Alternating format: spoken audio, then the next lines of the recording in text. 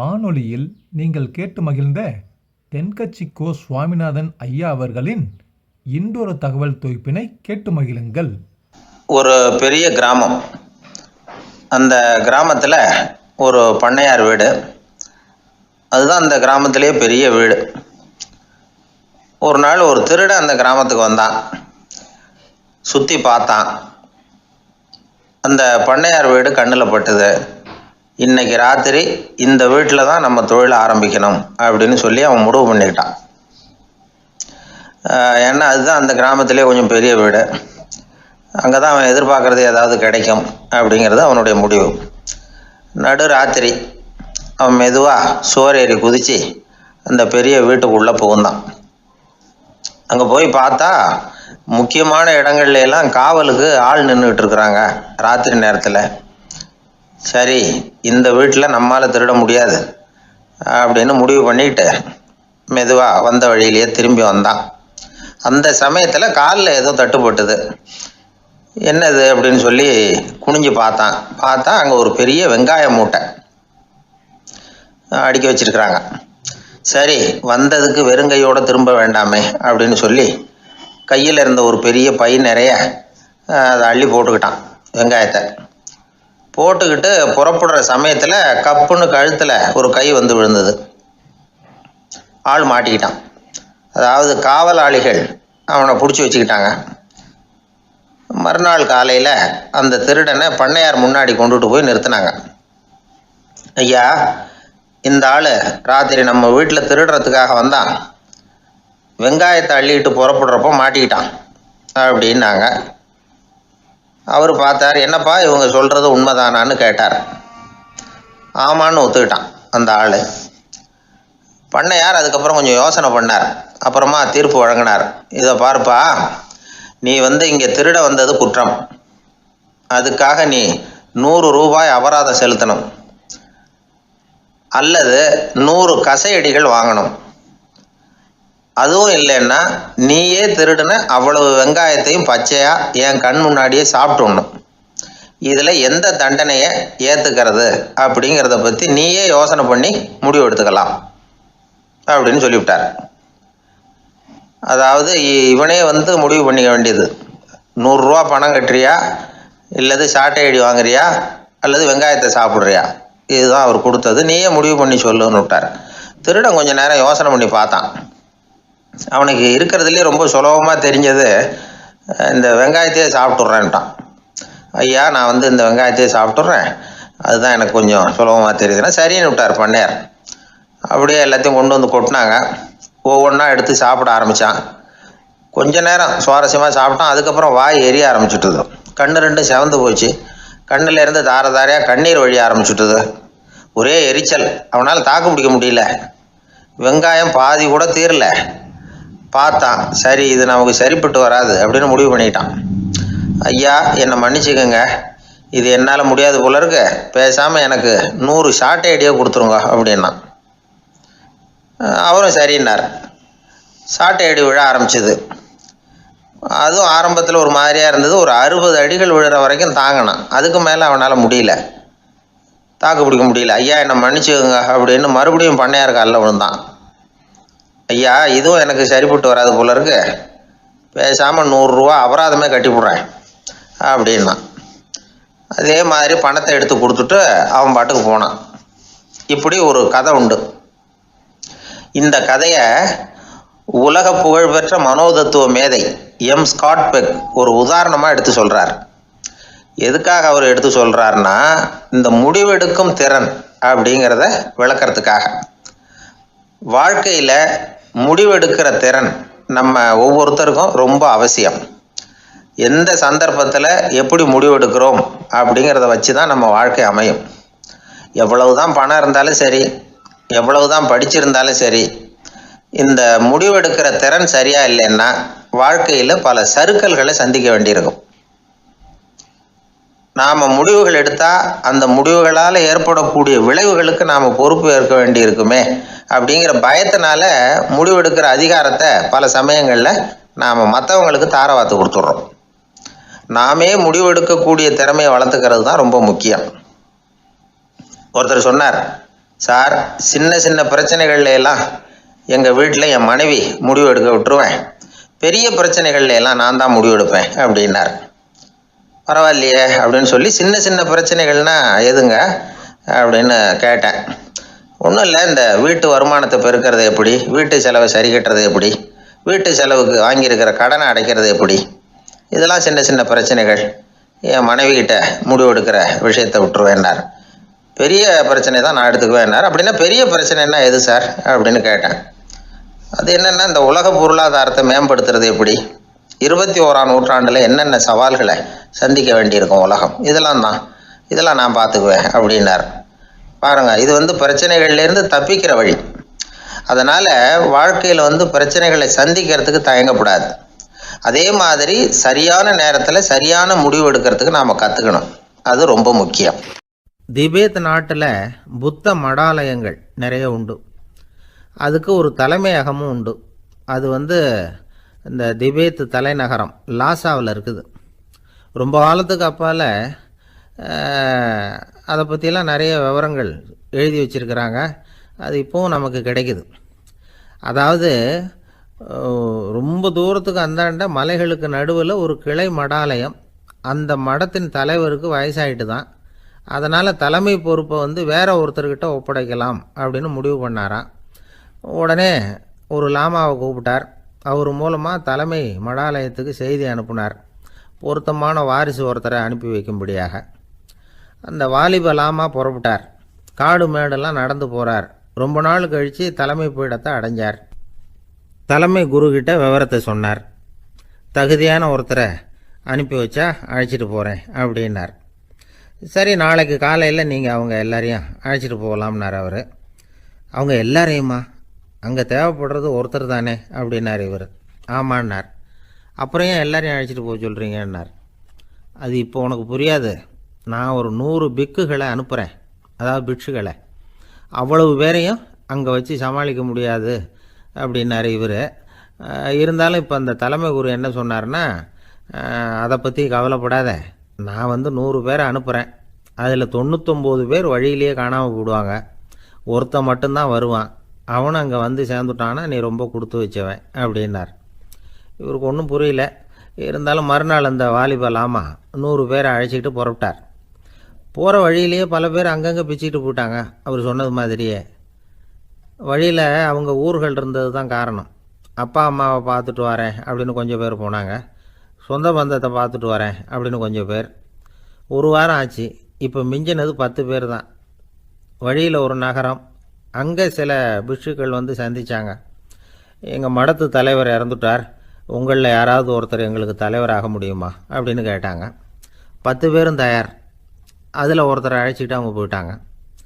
இன்னொரு ஊரில் சில பேர் வந்தாங்க, வழி மறிச்சாங்க. நில்லுங்க, எங்கள் மன்னர் மகளுக்கு திருமணம், அதை நடத்தி வைக்க 3 லாமாக்கள் தேவை அப்படின்னாங்க. இப்படி கொஞ்சம் கொஞ்சமாக எல்லோரும் காலி. கடைசியில் 2 பேரும் மிஞ்சினாங்க. அங்கே ஒரு இளம்பெண் எதிரில் வந்தா. எங்கள் அப்பா வேட்டைக்கு போயிருக்கிறாரு, இன்னும் திரும்பி வரல, வீட்டில் வேறு யாரும் இல்லை, தனியாக இருக்க பயமாக இருக்குது, யாராவது ஒருத்தர் எனக்கு துணையாக இருக்கணும் அப்படின்னு கேட்டுக்கிட்டா. எங்கள் 2 பேரில் நீயே ஒருத்தரை தேர்ந்தெடுத்துக்கோ, இல்லைன்னா எங்களுக்குள்ளே சண்டை வந்துடும் அப்படின்னாங்க. இப்போ மிஞ்சினவர் ஒருத்தர். அவருக்கும் ஒரு சோதனை வந்தது. ஒரு தர்க்கவாதி எதிரில் வந்தான். உன்னோட வாதம் பண்ணணும்னா. இவனோட வாதம் பண்ணுறேன், அது முடிய ரொம்ப காலம் ஆகலாம், தர்க்கத்தில் நான் ஜெயிச்சா அங்கே வரேன், இல்லைன்னா இவருடைய சீடனை ஆகிடுவேன் அப்படின்னார் அவர். கடைசியாக அழைக்க வந்த வாலிபலாமா மட்டும் வெறுங்கையோடு திரும்பி போனார். அங்கே இருந்த வயசான மடாதிபதி கேட்டார், எத்தனை பேர் அங்கேருந்து புறப்பட்டீங்கன்னார். என்னையும் சேர்த்து 101ன்னார் அவர். நல்லது, நீயாவது திரும்பி வந்தியே, அதுதான் எனக்கு போதும். ஏன்னா நீ தான் எனக்கு உண்மையான வாரிசு. அந்த 100 பேரில் யாரும் வரமாட்டாங்க அப்படின்னார் அவர். ஏன்னா அவருக்கு தெரியும் இவர் ஒருத்தர் தான் திரும்பி வருவாருங்கிறது. திபேத்தில் ஒரு பழங்கால பழமொழி உண்டாம், 100 பேர் செல்லலாம், எப்பொழுதாவது ஒருவன் அபூர்வமாக அடைய வேண்டிய இடத்தை அடைவான். இதுதான் அந்த பழமொழி. ஒரு உன்னதமான இலக்கை அடையணும்னா அது அவ்வளவு சுலபமான காரியம் இல்லை. இந்த காலத்து மடாலயம் ஒன்று, அதில் ஒரு தலைவர், அவருக்கு வயசாகிட்டுது, தனக்கு ஒரு வாரிசை நியமிக்கணும் அப்படின்னு ஆசைப்பட்டார். ரொம்ப கஷ்டப்பட்டு ஒருத்தரை பிடிச்சார். தனக்கு வாரிசாக நியமிச்சுட்டு அவர் சமாதி ஆகிட்டார். புதுசாக பொறுப்பேற்றுக்கிட்டவர் அப்படியே உட்காந்துருந்தார். அவரை தேடிட்டு பத்திரிகை நிருபர்கள்லாம் வந்தாங்க, கேட்டாங்க. அவர் உங்கள் பொறுப்பில் அவர் பெரியவர் விட்டுட்டு போன இது எவ்வளவு சுமாராக தேரும், எவ்வளவு விட்டுட்டு போனார் அப்படின்னு கேட்டிருக்கிறாங்க. அது என்ன ஒரு 50 லட்சம் இருக்கும் அப்படின்னாராம். அவ்வளவும் பணமா அப்படின்னு கேட்டிருக்காங்க. இல்லைங்க, கடன் அப்படின்னாராம். இவர் ஒருத்தன் தன்னுடைய நண்பனை வழியில் பார்த்தான். என்னப்பா லெட்டர் போட்டுனே கிடச்சிதா அப்படின்னா. ஓ கிடச்சிதேன்னா அவன். இவன் உடனே ஏன்டா போய் சொல்கிற, நான் உனக்கு லெட்டரே போடலை, சும்மா தான் கேட்டேன், உடனே கிடச்சிட்டுதுங்கிறியே அப்படின்னா. லெட்டர் போட்டேன்னு நீ போய் சொல்கிறப்போ அது கிடைச்சதுன்னு நான் போய் சொல்லக்கூடாதா அப்படின்னானா அவன். இப்படிப்பட்டவங்க சில பேர் இருந்தால் கூட இன்னைக்கு கடிதம் மூலமாக தொடர்பு கொள்ளாதவங்க இருக்கவே முடியாது. அந்த அளவுக்கு அது அவசியமான ஒன்றாயிட்டுது. இந்த அஞ்சல் அட்டைகள் எப்படி ஆரம்பமாச்சு தெரியுமா? ஆஸ்திரியா நாட்டில் ஒரு பேராசிரியர் இருந்தார். அவர் பேர் இம்மானுவேல் ஹெர்மன். அவர் ஒரு நாள் ஒரு பத்திரிகையில் கட்டுரை எழுதினாராம். இது நடந்தது 1869. அவர் எழுதின கட்டுரையில் மக்கள் அதிகம் செலவில்லாமல் ஒருத்தருக்கு ஒருத்தர் தகவல் பரிமாறிக்கிறது எப்படி அப்படிங்கிறத பற்றி எழுதியிருந்தார். அதுக்கு சில யோசனைகளை அவரே எழுதியிருந்தாராம். எப்படின்னா, அந்த கட்டுரையை எல்லாரும் படித்து பார்த்துருக்குறாங்க, அவர் சொன்ன யோசனைகள் என்னன்னு. அது அரசாங்கத்தின் கவனத்துக்கு அது போச்சான். ஆகா, இது அவர் சொல்கிற யோசனை நல்லா இருக்கும் போல் இருக்கு அப்படின்னு அவங்களே நினச்சிருக்கிறாங்க. அவ்வளவுதான். உடனே அந்த யோசனையை நடைமுறைக்கு கொண்டுகிட்டு வந்தாங்களாம். பேராசிரியர் இம்மானுவேல் ஹெர்மனின் யோசனைப்படி அச்சடித்த அரசு முத்திரையோட அரசாங்கம் அஞ்சல் அட்டைகளை வெளியிட ஆரம்பிச்சுதான்.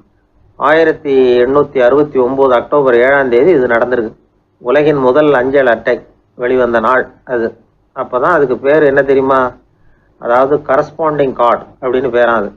அதுக்கப்புறம் என்ன ஆச்சுன்னா, உடனடியாக அமெரிக்காவிலேயே இது மாதிரியான கார்டுகளை வெளியிட ஆரம்பிச்சிட்டாங்க. அங்கே இதுக்கு என்ன பேர் தெரியுமா? Postal card. அதுக்கப்புறம் 1870 இங்கிலாந்துலேயும் இதை வெளியிட்டாங்களாம். அதை வெளியிட்ட முதல் நாள் அன்னைக்கு என்ன நடந்தது தெரியுமா? மக்கள்லாம் ஏதோ நியாய விலை கடையில் நிற்கிறது மாதிரி பெரிய பெரிய கியூ வரிசையில் நின்று இதை வாங்கினாங்களாம்.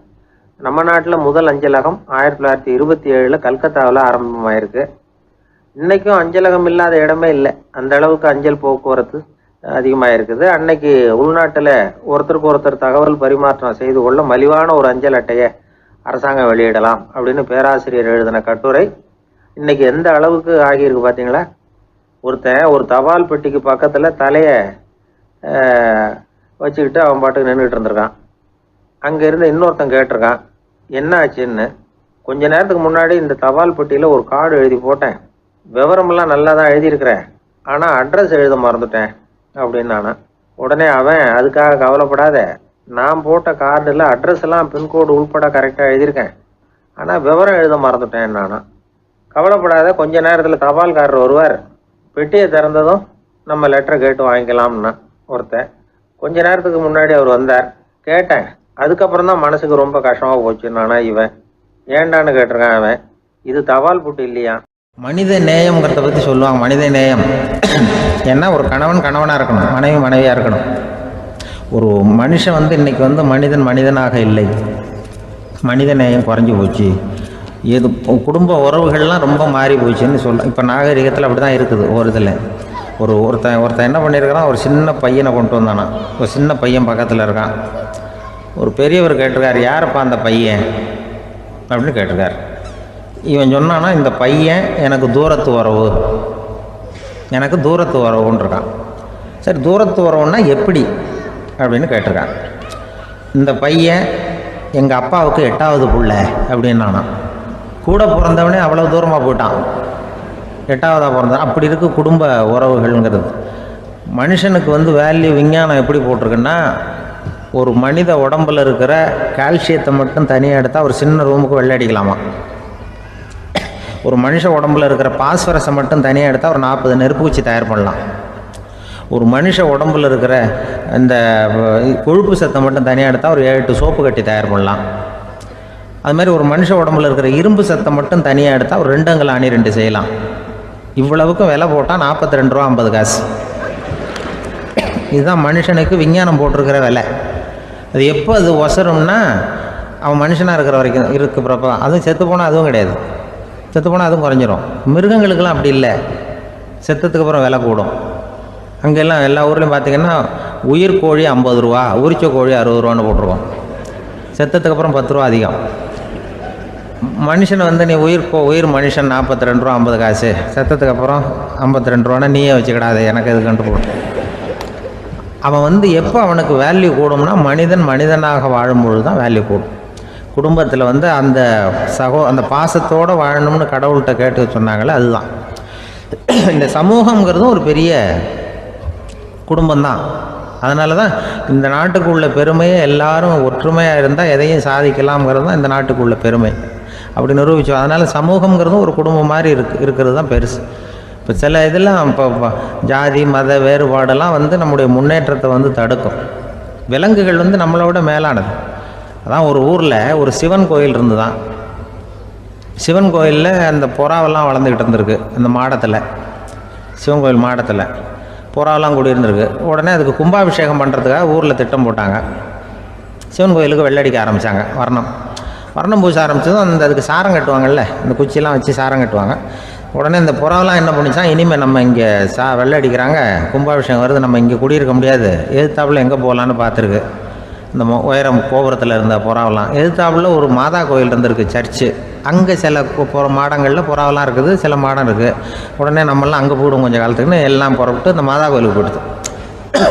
அங்கே போனால் அங்கே இருக்கிற புறாவோடு சேர்ந்து இதுவும் குடியிருந்துட்டுருக்கு. கொஞ்ச நாள் என்னாச்சு, அங்கே கிறிஸ்மஸ் வந்துட்டுது. கிறிஸ்மஸ் வந்ததும் சரி இங்கேயும் வெள்ளடிக்க ஆரம்பிக்கிறாங்க. நம்ம மறுபடியும் எங்கடா போகிறதுன்னு பார்த்தா அங்கே இருக்கிற புறாவோட சேர்ந்து இதுவும் சேர்ந்து நேராக ஒரு பள்ளிவாசல் இருந்தது. எதுக்கு அங்கே இருக்கிற மாடத்தில் போய் அங்கே குடியேறிட்டுது எல்லாம். அங்கே போனால் அங்கே ரமலான் மாதம் வந்து ரம்ஜானுக்காக அதையும் புதுப்பிக்க ஆரம்பித்தாங்க. இது என்ன பண்ணுறதுன்னு சொல்லி இந்த 3 செட்டு புறாவும் சேர்ந்து என்ன பண்ணிச்சு, எங்கே போகலான்னு பார்த்தா மறுபடியும் அதுக்குள்ளே இந்த சிவன் கோயிலில் கும்பாபிஷேகம் முடிஞ்சிருக்கு. அங்கே போடுவோம் எல்லாருன்னு சொல்லி எல்லா புறாவும் அந்த சிவன் கோயிலுக்கு வந்துட்டுது. அங்கே போய் மாடத்தில் அதை குடியிருந்துட்டுது. அப்போ திடீர்னு ஒரு நாள் பார்த்தா ஒரே கலவரம் பூமியில் எல்லாம் ஒருத்தன் அருவாளை தூக்கிட்டு நிற்கிறான், குச்சி எடுத்து ஒருத்தனை சுட்டுக்கிறான். ஒரே கலவரம், சத்தம், ஒரே மத கலவரம் வந்துட்டுது ஊரில். அப்போது புறாவெல்லாம் மாடத்தில் இருந்துக்கிட்டு ஒரு குஞ்சு புறா அவங்க அம்மாட்ட கேட்டு தான், இது என்ன இந்த மனுஷனுக்கு என்னாச்சு, அவன் கத்தியை தூக்கிட்டு நிற்கிறானே அப்படின்னு கேட்டு தான். ஒரு குஞ்சு புறா அவங்க அம்மாட்ட கேட்டு தான். அம்மா புறா இப்போ அந்த புறா சொல்லித்தான், மனுஷனுக்கு இப்போ மதம் பிடிச்சிருக்கு, அதான் கத்தியை தூக்கிட்டு நிற்கிறான் அப்படின்ருக்கு. இப்போ நமக்கெல்லாம் பிடிக்கலையே அப்படின்னு தான். அப்போ அந்த புறா சொல்லித்தான், அந்த பாருமா, நாம் வந்து இந்த சிவன் கோயிலில் இருந்தாலும் நமக்கு புறான்னு தான் பேர், இந்த மாதா கோயிலுக்கு போனாலும் நமக்கு புறான்னு தான் பேர், பள்ளிவாசலுக்கு போனாலும் நமக்கு புறான்னு தான் பேர். அந்த மனுஷன் அப்படி இல்லை. அவன் இங்கே இருக்கிற வரைக்கும் இந்துன்னு சொல்லுவான், அங்கே மாதா கோயில் இருந்தான்னா கிறிஸ்தவன்னு சொல்லுவான், பள்ளிவாசலில் இருந்தான்னா முஸ்லீம்னு சொல்லுவான். அப்போ குஞ்சு புறா அது என்ன இப்படி பண்ணுறாங்க மனுஷங்க, இப்போ அவங்கள விட நம்ம வசதி போல் இருக்க, நம்ம தேவலாம் போல் இருக்க அப்படின்னு தான் அந்த குஞ்சு புறா. அப்போ அந்த தாய் புறா சொல்லித்தான், உண்மைதான், அதனால தான் நம்ம மேலான இடத்துல இருக்கிறோம், அவன் கீழே நிற்கிறான் என்னமோ அப்படின்னு சொல்லித்தான். காலை நேரம் கடற்கரை ஓரம் காலை வீசிக்கிட்டு கையை வீசிக்கிட்டு ஏதோ சண்டைக்கு போகிற சிப்பாய் மாதிரி எல்லாரும் நடந்து போயிட்டுருக்கிறாங்க. நடைப்பயிற்சி. அதில் நமக்கு தெரிஞ்ச ஒருத்தர் எதிரில் வந்தார் ரொம்ப வேகமாக. என்ன சார் வாக்கிங்க அப்படின்னு கேட்டோம். அவரால் ஆமாம்னு பதில் சொல்ல முடியல, அவ்வளவு கஷ்டம். மூச்சு விடுறதுக்கே வாயை திறந்து மூடிகிட்டு இருக்கிறார். எங்கே பேசுறது? கொஞ்சம் நின்று நிதானித்து மூச்சு விட்டுட்டு அதுக்கப்புறம் சொன்னார் ஆமாம் அப்படின்னு. என்ன சார் இவ்வளவு வேகம்னோ? உங்கள் பேச்சை கேட்டுவிட்டு தான் சார் நடக்க ஆரம்பித்தோம், நீங்கள் தான் அடிக்கடி சொல்லிகிட்டு இருந்தீங்க நடக்கிறது நல்லதுன்னு, அன்னையிலேருந்து ஆரம்பிச்சுட்டேன், ஆனால் ரொம்ப கஷ்டமாக இருக்குது சார். இப்போ பாருங்கள், உங்கள்கிட்ட சுலபமாக பேசக்கூட முடியல, மூச்சு வாங்குது, உடம்பு கூட வலிக்கிறது மாதிரி இருக்குது அப்படின்னு அவர் பாட்டுக்கு பேச ஆரம்பிச்சிட்டார். உங்களை யார் சார் இவ்வளவு வேகமாக நடக்க சொன்னது? வேகத்தை குறைங்க, மெதுவாக நடங்க அப்படின்னோம். நீங்கள் நடக்கிறதுனால என்னென்ன சௌகரியம்னு அன்னைக்கு சொன்னீங்களே தவிர சௌகரியமாக நடக்கிறது எப்படின்னு சொல்லலையே அப்படின்னார் அவர். இன்னமும் லேசாக மூச்சு வாங்கிக்கிட்டே சொன்னால் கூட இவர் சொல்கிறதுலேயே ஒரு நியாயம் இருக்குது. அதனால் இந்த நடைப்பயிற்சி பண்ணுறவங்க கவனிக்க வேண்டிய சில முக்கியமான குறிப்புகள் இருக்குது. அது என்னென்னங்கிறத அவங்க தெரிஞ்சுக்கணும். அது தெரிஞ்சு வச்சுக்கிறது நல்லது. இதெல்லாம் மருத்துவ நிபுணர்கள் சொல்கிற குறிப்புகள். அவங்க என்ன சொல்கிறாங்க தெரியுமா? உங்கள் வயசு 40க்கு மேலேயா? உங்கள் எடை இருக்க வேண்டியதை விட 10 கிலோ அதிகமாக இருக்குதா? நீங்கள் புகை பிடிக்கிறவரா? இதய நோய், இரத்த நாள நோய், உயர் இரத்த அழுத்தம் இப்படி ஏதாவது உங்களுக்கு உண்டா அப்படின்னா நீங்கள் உங்கள் இஷ்டத்துக்கு வரிஞ்சு கட்டிக்கிட்டு நடைப்பயிற்சி பண்ண ஆரம்பிச்சிடாதீங்க. முதல்ல ஒரு மருத்துவ பரிசோதனை பண்ணிக்கோங்க, அதுதான் நல்லது அப்படின்னு அவங்க சொல்கிறாங்க. நடக்கிறப்போ, உடற்பயிற்சி செய்கிறப்போ மார்பு பகுதியில் அல்லது வேறு எங்கேயாவது தொடர்ந்து வலி இருந்ததுன்னா பயிற்சியை நிறுத்தி விட்டு டாக்டரை போய் பார்க்கணும். நடைப்பயிற்சி பண்ணுறப்போ உங்கள் சக்திக்கு தகுந்த மாதிரி மெதுவாக அதிக கஷ்டம் இல்லாமல் முன்னேறலாம். அங்கே என்ன போட்டியாக வைக்கிறாங்க, முந்திக்கிட்டு போய் என்ன பண்ண போகிறோம், பரிசாக வாங்க போகிறோம். அதனால் நிதானம் அவசியம் அப்படிங்கிறது அவங்க ஆலோசனை. தொந்தரவு கொடுக்காத ஷூ, ட்ரெஸ்ஸு இதுகளை உபயோகப்படுத்துங்க. பாதத்தில் ஆடு தசை இருக்குல்ல, அங்கே ஏதாவது பிரச்சனை இருந்ததுன்னா டாக்டரை பாருங்கள். இந்த பாதத்தில் வலி வரும் அந்த இடத்துல. வெயில் காலமாக இருந்தால் தலைக்கு தொப்பி வச்சுக்கோங்க. பனியில் நடந்தாலும் அப்படி தான், தலையை பத்திரமா பார்த்துக்குங்க. நம்மக்கிட்ட ஏதோ கொஞ்சம் உருப்படியாக தெரியறது அது தானே. உடற்பயிற்சிக்கு முன்னாடி பின்னாடி பயிற்சி செய்கிறப்போ நிறைய தண்ணி குடிக்கலாமா. முதல் 1 மாதத்துக்கு கொஞ்சம் தளர்த்தியாக சாவகாசமாக நடக்கலாம். மணிக்கு 3 அல்லது 4 கிலோமீட்டர் வேகம்னு வச்சுங்களேன். அதுக்கப்புறம் வேகத்தை அதிகப்படுத்தலாம். மணிக்கு 6 அல்லது 8 கிலோமீட்டர் அளவுக்கு நடக்கலாம். நல்லா கையை வீசிக்கிட்டு நடக்கணும். மூச்சு விடுற எண்ணிக்கை அதிகரிக்கணும். இது மாதிரி ஒரு 30 நிமிஷம் நடக்கலாம். தனியாக நடந்து போகிறதுக்கு உங்களுக்கு என்னமோ மாதிரி இருக்குதா, கூட யாரையாவது சேர்த்துக்குங்க. ஒரு குரூப்பாக சேர்ந்து போகலாம். நடக்கிறதுங்கிறத ஒரு சந்தோஷமான சமாச்சாரமாக ஆக்கிக்கணும். தினம் இப்படி நடக்க வேண்டி இருக்குதே அப்படின்னு புலம்பிக்கிட்டே போகக்கூடாது. சில பேர் நடக்கிறப்போ கடந்த காலத்தை அசை போட்டுக்கிட்டே போவாங்க. சில பேர் வருங்காலத்தை அசை போட்டுக்கிட்டே போவாங்க. சில பேர் முக்கியமான திட்டம்லாம் இப்படி நடக்கிறப்போ தான் தீர்மானம் பண்ணுவாங்க. நடக்கிறதுனால மன இறுக்கம் குறையுது, பரபரப்பு குறையுது, மன ஆற்றல் பெருகுது, தன்னம்பிக்கை வளருது, முதுமை தள்ளி போகுது, செயல்திறன் அதிகரிக்குது. இதை தவிர உடம்புக்கும் பல விதமான சௌகரியங்கள் ஏற்படுது. அதனால் இது வரைக்கும் நடக்க ஆரம்பிக்காதவங்க இனிமேல் இந்த குறிப்புகளை கவனத்தில் வச்சுக்கிட்டு நடக்க ஆரம்பிச்சுடலாம். சார்லஸ் லேம்ப் அப்படின்னு ஆங்கில இலக்கிய மேதை ஒருத்தர், அவர் ஒரு தரம் உடம்பு சரியில்லைன்னு டாக்டர்கிட்ட போனாராம். டாக்டர் அவரை பார்த்துட்டு, நீங்கள் தினமும் காலையில் வெறும் வயத்தில் நடக்கணும் அப்படின்னாராம்.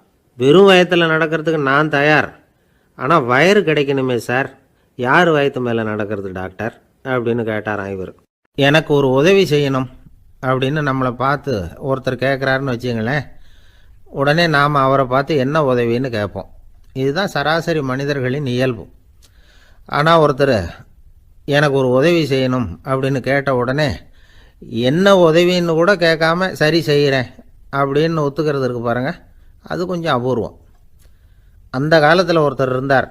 அவர் எப்படி தெரியுமா, உதவி கேட்குறவங்க நல்லவங்களா கெட்டவங்களா அப்படின்னு கூட பார்க்கல, தனக்கு நன்மையா தீமையா அப்படின்னு கூட பார்க்கல, உதவி செய்கிறேன்னு புறப்பட்டு விட்டார்.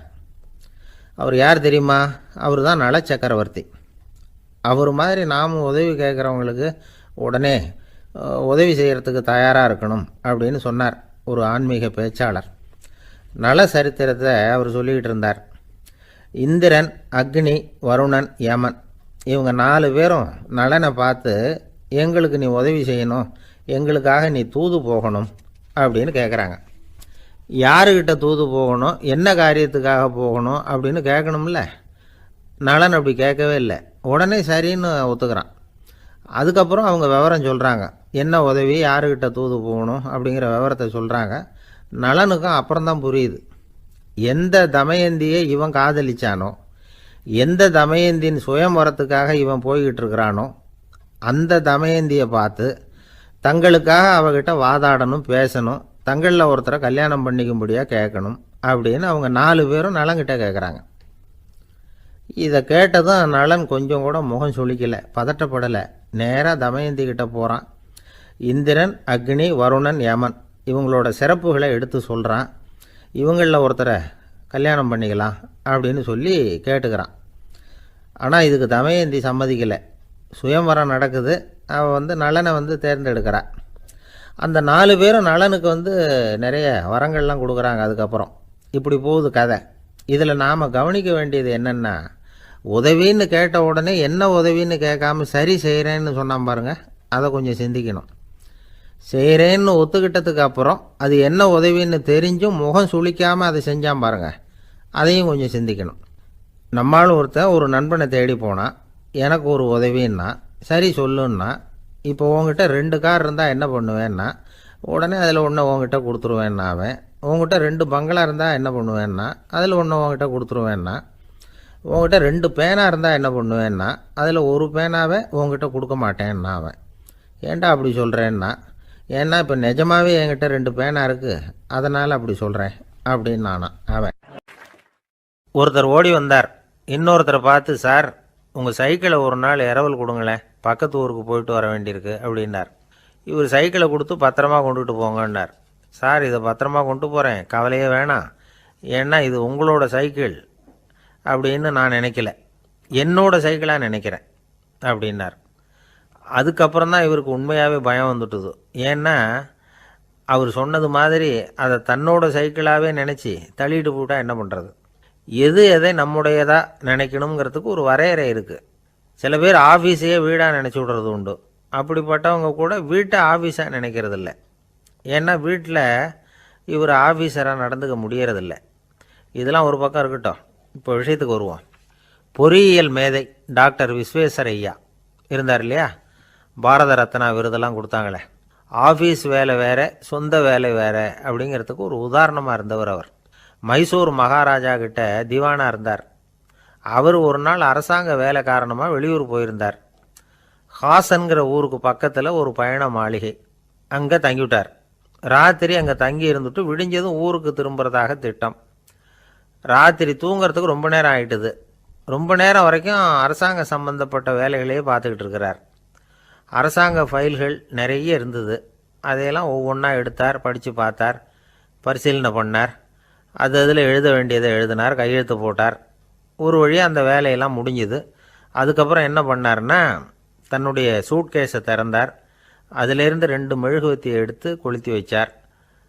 அந்த பயண மாளிகையில் அது வரைக்கும் எரிஞ்சிக்கிட்டு இருந்த மின்சார விளக்குகளை அணைச்சிட்டார். அதுக்கு பிறகு அந்த மெழுகுவத்தி வெளிச்சத்தில் சில புத்தகங்களை தொடர்ந்து படிக்க ஆரம்பிச்சிட்டார். அந்த பயண மாளிகையில் பணியாளராக இருந்தவர் இதை பார்த்துட்டு ஓடி வந்தார். மறுபடியும் மின் விளக்கை போடுறதுக்காக போனார். விஸ்வேஸ்வர ஐயா அதை பார்த்துட்டு போட வேணாம்ட்டாராம். இது வரைக்கும் நான் அரசாங்க அலுவல்களை கவனிச்சிக்கிட்டு இருந்தேன், அதனால் மின் விளக்குகள் அப்போ எரிஞ்சதில் தப்பு இல்லை. இப்போ நான் புத்தகம் படிச்சுக்கிட்டு இருக்கேன், இது என்னுடைய சொந்த வேலை, இங்கே இருக்கிற மின் விளக்கு அதுக்காக ஏன் எரியணும் அப்படின்னு கேட்டாராம். இப்போ இருக்கிற சில அரசு பணியாளர்கள்கிட்ட இந்த சம்பவத்தை பேச்சோட பேச்சாக சொல்லி பார்த்தேன். அவங்களால இதை ஜீரணிக்கவே முடியல. நேர்மை தேவை தான் சார், அதுக்காக அவ்வளவு தூரத்துக்கு அது தேவையா அப்படிங்கிறாங்க. விஸ்வேஸ்வர ஐயா அப்படி பண்ணினது தான் ஒரு நேர்மையாளர் அப்படின்னு இந்த உலகத்துக்கு நிரூபிக்கணுங்கிறதுக்காக இல்லை. தான் அப்படி நடந்து காட்டினா தன்னை சுற்றி இருக்கிறவங்களும் அதை கேள்விப்படுறவங்களும் முடிஞ்ச அளவுக்கு பொது வாழ்க்கையில் அரசு பணியில் நேர்மையை கடைபிடிக்க முயற்சி பண்ணலாமே அப்படிங்கிறதுக்காகத்தான். இப்போவும் சில பேர் இருக்கிறாங்க, இவங்க ஆஃபீஸ் வேறு வீடு வேறேன்னு நினைக்கிறதில்ல, அவ்வளோ உரிமை. ஒருத்தர் அப்படி தான், அவருக்கு அவசரமாக 5000 ரூபா தேவைப்பட்டது. ஆஃபீஸு பணத்தை எடுத்துக்கிட்டார். அந்த நேரம் பார்த்து ஆடிட் வந்துட்டுது, ஆப்பிட்டுக்கிட்டார். விசாரணை நடக்குது. அவர் சொல்கிறார், சார் நான் நேரம் காலம் பார்க்காம ஆஃபீஸில் வேலை செய்வேன், ஏன்னா அதை என்னோடய ஆஃபீஸாக நினைக்கிறேன். அவசரத்துக்கு அந்த பணத்தை எடுத்தேன், மறுபடியும் வச்சுடலாம்னு தான் இருந்தேன், அதுக்குள்ளே இப்படி ஆகிட்டுது. நீங்கள் என்ன நினச்சாலும் சரி, நான் ஆஃபீஸ் வேறு வீடு வேறு அப்படின்னு நினைக்கிறதில்ல, அது என்னோட சுபாவம் அப்படின்னார். விசாரணை பண்ணவர் தீர்ப்பு வழங்கினார். உங்கள் சுபாவத்துக்கு மதிப்பு கொடுத்து நானும் தீர்ப்பு வழங்குறேன். நீங்கள் கொஞ்ச நாள் ஜெயிலில் இருந்துட்டு வாங்க, அது உங்களுக்கு கஷ்டமாக இருக்காதுன்னு நினைக்கிறேன். ஏன்னா அங்கே போனாலும் நீங்கள் உங்கள் சுபாவப்படி வீடு வேறு ஜெயில் வேறேன்னு நினைக்க மாட்டீங்க அப்படின்னாராம். ஒரு நண்பர் யாருக்கோ ஃபோன் பண்ணிக்கிட்டு இருந்தார். அவர் பேசி முடித்ததும் நான் அவரை பார்த்து, இப்போ ஃபோன் பண்ணிங்களே, அந்த ஃபோன் நம்பர் என்ன அப்படின்னு கேட்டேன். அவர் தலையை சொரிஞ்சுக்கிட்டார், ஞாபகம் வரலன்னார். சரி சார் அதை விடுங்க, உங்கள் மனைவி பேர் என்ன அப்படின்னு கேட்டேன். மாலதின்னார். என்ன சார் இது வேடிக்கை, கொஞ்ச நேரத்துக்கு முன்னாடி பேசின ஃபோன் நம்பர் மறந்து போச்சு, எப்போ கல்யாணம் பண்ணிக்கிட்ட மனைவி பேர் மறக்கலை, அதை கரெக்டாக சொல்லிவிட்டீங்களே அப்படின்னு கேட்டேன். அவர் என்னை ஒரு மாதிரியாக பார்த்தார். அவர் அப்படி என்னை பார்த்ததில் ஒன்றும் தப்பு இல்லை, ஏன்னா நாம் எல்லாருமே அப்படி தானே, ஒரு குறிப்பிட்ட காரியத்துக்காக தொலைபேசியில் ஒருத்தட்ட பேசுகிறோம், அதுக்கப்புறம் அந்த எண் நமக்கு அனாவசியம், அதனால் மறந்துடுறோம். இதுக்கு பேர் தான் தற்காலிக ஞாபகம். ஆனால் மனைவி பேரை மறந்துட முடியுமா? முடியாது. அது அவசியமான ஒன்று. அடிக்கடி அந்த பேரை உபயோகப்படுத்துகிறோம், அதனாலேயும் அது முக்கியங்கிறதுனாலேயும் அதை மறக்கறதில்ல. இதுக்கு பேர் நிரந்தர ஞாபகம். சரி, இந்த தற்காலிக ஞாபகம், நிரந்தர ஞாபகம், இது 2 ஞாபக அளவுகளையும் கட்டுப்படுத்துறது எது அப்படின்னா மூளைக்குள்ளே நடக்கிற மின்சார நடவடிக்கைகள் தான். தற்காலிக ஞாபகம் ஒரு மின்னல் மாதிரி தோன்றி மறையுது. நிரந்தர ஞாபகம் ஒரு படிவம் போல மூளையில் படிஞ்சுடுது. ஒரு சம்பவத்தின் பல பிரதிகள் மூளையில் பல்வேறு பகுதிகளிலேயும் படிகிறதுனால ஒன்று மறைஞ்சாலும் மறந்தாலும் இன்னொன்று மறையறதில்ல. இப்படிப்பட்ட நிலைமையில தான் இந்த தொண்டையில் இருக்கு வாயில் வரமாட்டேங்குது சார் அப்படிமா.